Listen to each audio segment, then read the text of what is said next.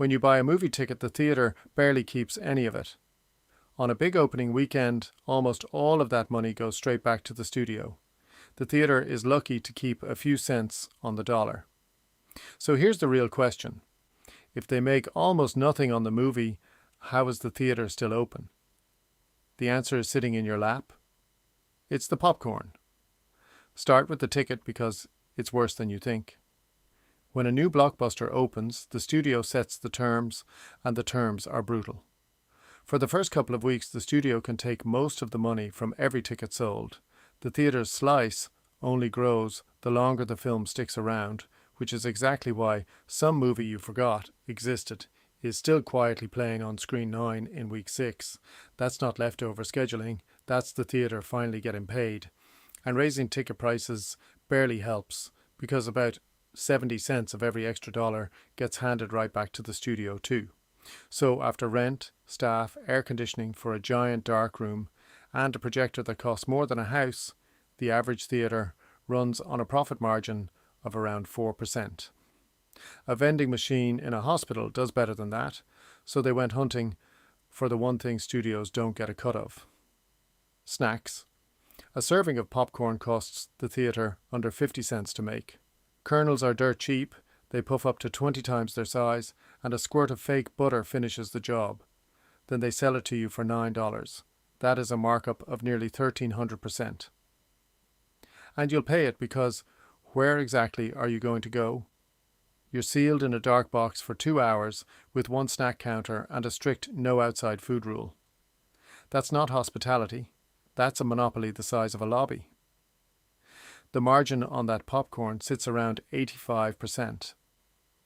We don't have to guess at that. AMC's own financial filings showed more than $800 million in food and drink sales against about $150 million in cost. An 81% margin straight off the books of the biggest chain in the country. Here's the line that flips the whole thing.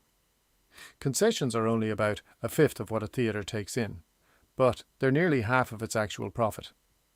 The movie fills the seats, the popcorn pays the rent. As one theatre owner whose family had been in the business since 1908 put it, "We left the movie business, we're now in the popcorn business." And now the part almost nobody knows. The thing keeping theatres alive today is the exact thing they once tried to ban. 100 years ago, popcorn was forbidden inside movie theatres. Owners wanted to feel like grand opera houses. Plush carpets, chandeliers, a certain kind of crowd. Popcorn was loud, messy, and smelled like the street, so they banned it outright. Vendors set up carts on the sidewalk, and some theatres made you check your popcorn at the Coke counter like a jacket. Then the Great Depression hit, money disappeared, and a movie ticket became one of the only escapes people could still afford.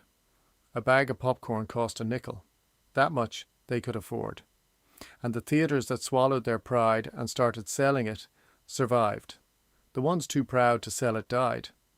One of the first to really crack it was Julia Braden, a widow in Kansas City who talked her way into a theatre lobby and built a popcorn empire while fancier theatres around her went broke. There was even a Dallas chain that put popcorn machines in 80 of its theatres, but refused to put them in its 5 fanciest locations, because those were too classy for popcorn. Within 2 years, the 80 were thriving. The 5 holdouts were bleeding money.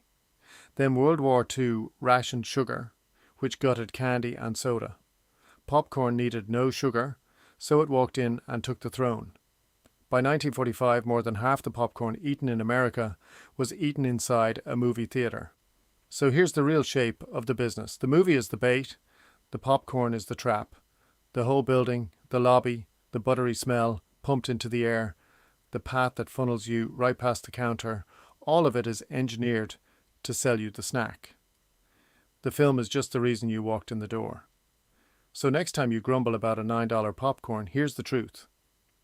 You're not overpaying for a snack. You're paying the theatre's rent. The ticket was never the point. You got played.